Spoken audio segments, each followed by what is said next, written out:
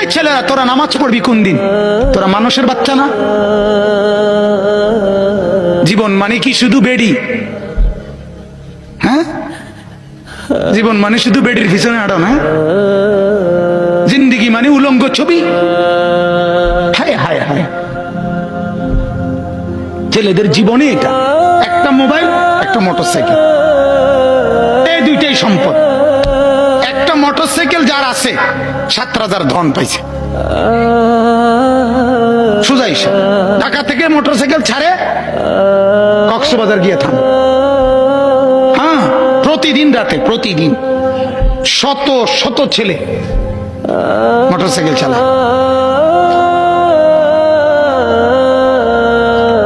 এজন্য ভাবা দরকার।